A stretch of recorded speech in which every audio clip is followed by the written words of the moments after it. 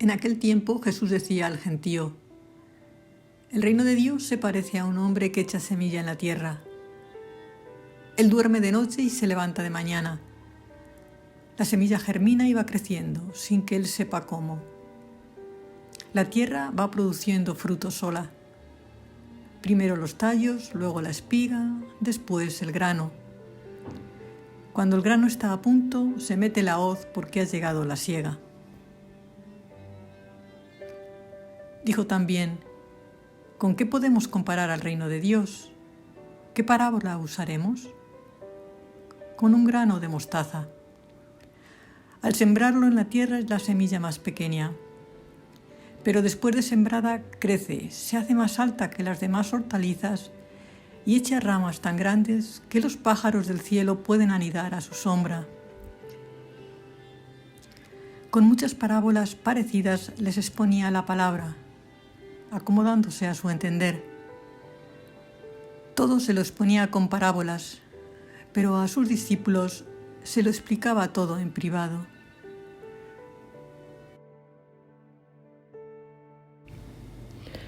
Marcos nos ofrece en este pasaje dos imágenes impactantes del reino de los cielos.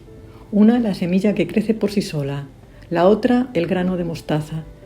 Dos parábolas que son un termómetro para medir la calidad de nuestra vida personal y cristiana. Por un lado, si confiamos en la bondad de la tierra, de quien depende el fruto de nuestros esfuerzos. Por otro, si lejos de la tentación de la opulencia, hemos descubierto la grandeza de las cosas pequeñas. Lo cierto es que vivimos una alocada carrera contra el tiempo, y todo a golpe de un clic o de un me gusta. La comida, los regalos, los amigos, todo lo queremos al instante. Desear, tener y consumir. El gigantismo impera.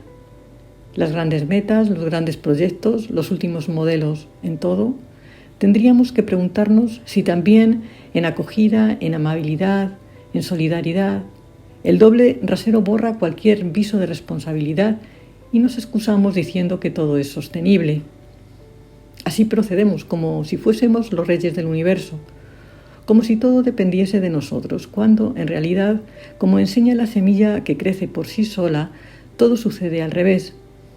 A nosotros nos toca sembrar, confiando en que el fruto depende de la bondad de la tierra. Esto es, dejando a Dios ser Dios en nosotros. Y es en ese trasiego cuando nos perdemos el lento y sabio proceso del crecimiento, tanto como individuos como colectividad.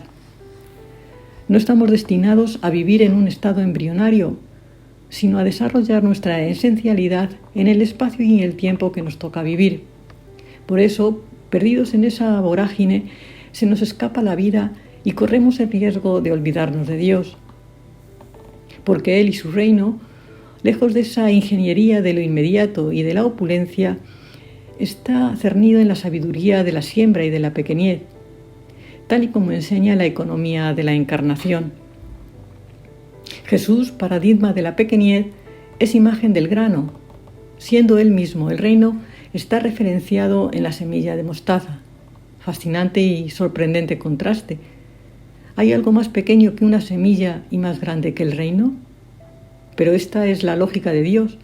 Lo escribe Pablo a los Corintios. Lo débil de Dios es más fuerte que el hombre, y la locura de Dios más sabia que el hombre. Esta es su singularidad. La pequeñez define su condición divina. Así pues, asombra y fascina la sabiduría de Dios. Al crear a su propio Hijo inferior a los ángeles, establece los pilares de la pequeñez, es decir, engendra la semilla de nuestra salvación, y no por nuestros méritos, sino sencillamente porque nos ama. Por pura misericordia constituye a su Hijo el más pequeño de los hombres, pero a su vez, por su divinidad, lo crea el más grande de todos. Él es el reino inserto en el grano de mostaza. La pequeñez no es un término métrico. La grandeza de lo pequeño afecta la dimensión ética y espiritual del ser humano. Su calibre lo establece una manera de ser y de estar en el mundo. Esto es, nuestras relaciones con nosotros mismos, con nuestros próximos y, por supuesto, con Dios. La pequeñez está en el hágase de María y en la postración de los magos. También se oye en el grito de la cananea Igualmente la vemos en la cercanía de los niños, en el abrazo al hijo pródigo o en una mujer perdonada perfumando los pies de su maestro. La pequeñez se arrodilla en el lavatorio y progresa hasta la cumbre del Gólgota.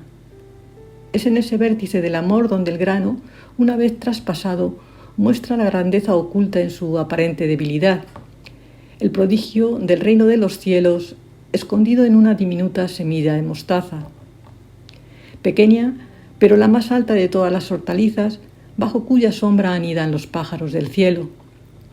¿Y hay alguna altura más preciosa que la cruz? ¿No es esa sombra altísima la misma que cubre a María y la convierte en Madre de Dios?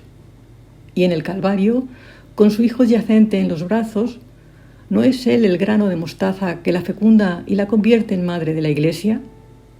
Esta es la aritmética de Dios, y no es magia, sino pura gracia del misterio que encarna la palabra con el lenguaje de la pequeñez. Por esto mismo, la grandeza de lo pequeño no se visualiza en TikTok ni en la nube.